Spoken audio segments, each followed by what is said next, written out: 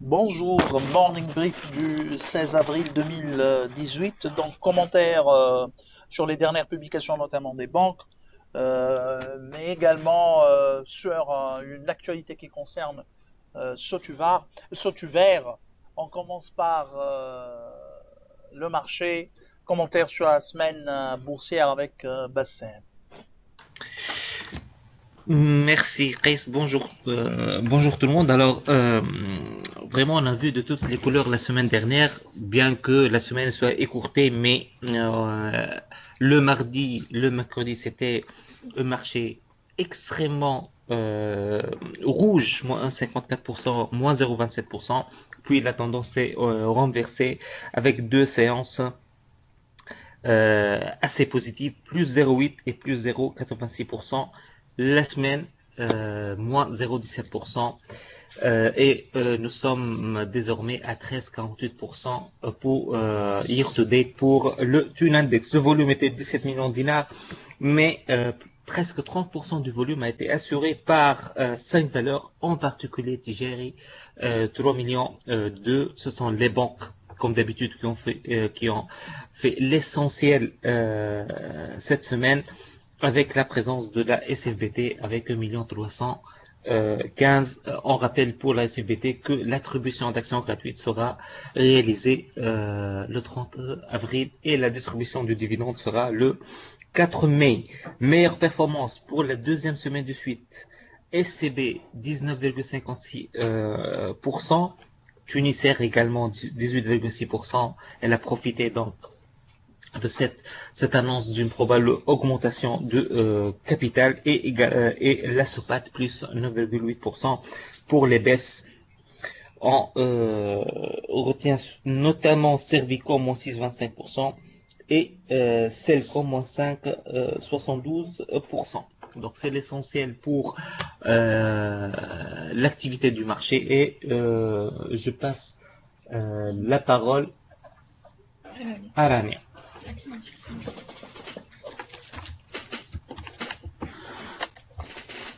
Merci Bassem. Donc bonjour tout le monde. Le groupe Biat annonce un résultat décevant, bien en deçà de nos attentes, soit 209,045 millions de dinars contre 233 millions de dinars attendus par notre modèle. La croissance de 19% du produit net bancaire a ramené le coefficient d'exploitation à 44,4%, malgré l'accroissement important des charges opératoires.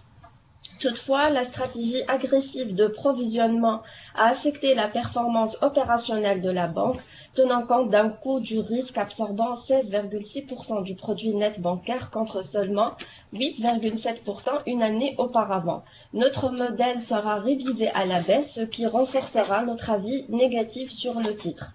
Je cède maintenant la parole à Ale. Merci Rania. Donc Hannibal Lease vient de publier ses états financiers 2017. Le lourd tunisien affiche une hausse de son résultat net de 13,4% en glissement annuel à 8,514 millions de dinars, contre 8,68 millions de dinars attendus par notre modèle. Le dividende proposé est de 500 millimes contre 550 millimes une année auparavant, soit 390 millimes après ajustement, qui est supérieur à nos attentes de 390 millimes. Ce dividende correspond à un rendement de 6,2%. Hannibal Lease a enregistré un ralentissement de la croissance de ses produits net leasing lors du T4 2017 dû au renchérissement du coût de refinancement. La pression sur les marges resterait élevée en 2018 et la compensation par l'effet volume est à notre sens insoutenable. D'ailleurs, nous estimons que les 500 millimes de dividendes est un niveau trop élevé pour les caisses et la solvabilité de Hannibal Lease. Rappelons qu'Alpha Mena est allégé avec un target price à 8,58 dinars. Merci, je cède la parole à Pais. Merci Ale, merci Rania. Donc, on enchaîne toujours avec les bancaires. Amel Bank a affiché un résultat surprise, hein. Le résultat net a progressé de plus de 26%. Je parle de résultat net en comptes sociaux, donc individuel de la banque mère, ce qui aboutirait à un résultat net part du groupe supérieur à nos prévisions, presque 114 millions de dinars de résultat net. Donc, pour la société mère, nous, on était sur les prévisions pour le résultat net part du groupe à 92,5 millions de dinars. L'écart par rapport à nos prévisions s'explique par une sous-estimation des revenus. Donc les revenus ont fait la différence. D'ailleurs, avec ce niveau de revenus très élevé, je parle du montant, la banque a provisionné d'une manière importante avec un coût du risque qui dépasse les qui atteint les 112 millions de dinars contre 86 millions, 87 millions plus précisément en l'année dernière, 87 millions de dinars l'année dernière. Donc MM Bank fait partie des établissements des établissements bancaires qui ont affiché un résultat surprise. Et on verra pour ce qui est de dividendes. Je me rappelle pas d'avoir vu la proposition de dividendes. Donc pour le moment, on ne sait pas. Bon, sachant que toutes les banques de la place ont un problème de fonds propres, surtout avec le durcissement du calcul du ratio de solvabilité de Taïwan tunisien, sachant que on a toujours l'objectif, ou la Banque centrale plus précisément a toujours l'objectif de passer à BAL 3 à l'horizon 2020. Donc il y a un problème de fonds propres pour les banques tunisiennes, de formation de fonds propres pour les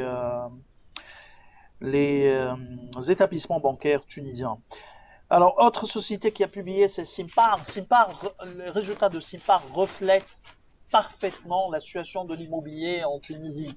Le résultat net recule de 31% à 1,4 million. Ce repli de résultats était attendu. La tendance plutôt, elle était attendue. L'ampleur, un peu moins. D'ailleurs, les bits, on était sur un résultat d'exploitation en baisse à 4 millions 8. Simpar a publié 4 millions 7. Il y a également la question de la notification fiscale, puisque il y a eu finalement la résolution de la notification fiscale, du litige fiscal. Donc ce résultat comprend un élément exceptionnel. Mais d'une manière générale, ces chiffres de Simpar sont vraiment décevants et reflète parfaitement, donc je le répète encore une fois, reflète parfaitement la situation de l'immobilier en Tunisie, un secteur, on peut le dire, sinistré.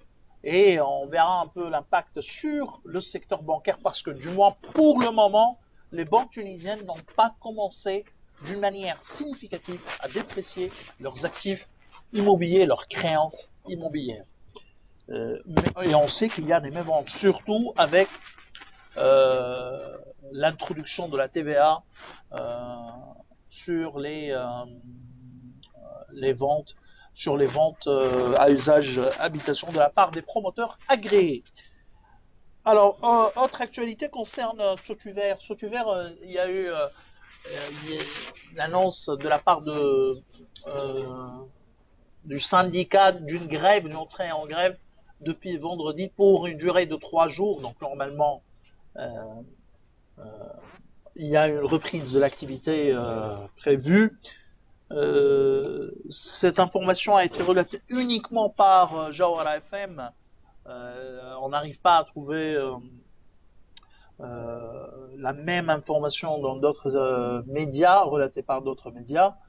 En outre, je pense pas que le CMF suspendra la cotation du titre, à l'image un peu de Carta Cement, puisque Carta Cement, il y a une grève essentiellement, ou un problème avec le staff, et il y a eu la suspension de la cotation. Normalement, donc pour Sotuver, il y a encore ce problème avec les syndicats qui ont des révocations sociales, purement sociales. Ils demandent une augmentation salariale. Donc normalement, si le CMF utilise le même disons en ayant le même raisonnement que celui de Carta Cement, Il y aura suspension de la cotation de CC, non, de Sotuvert normalement. Mais on ne le pense pas. Parce que c'est un dossier très très très particulier. Donc c'est tout comme actualité, ce qu'on a comme actualité pour ce matin. Euh, Comme actualité pour ce matin. Donc s'il y a des questions, n'hésitez pas à poser vos questions. Hein.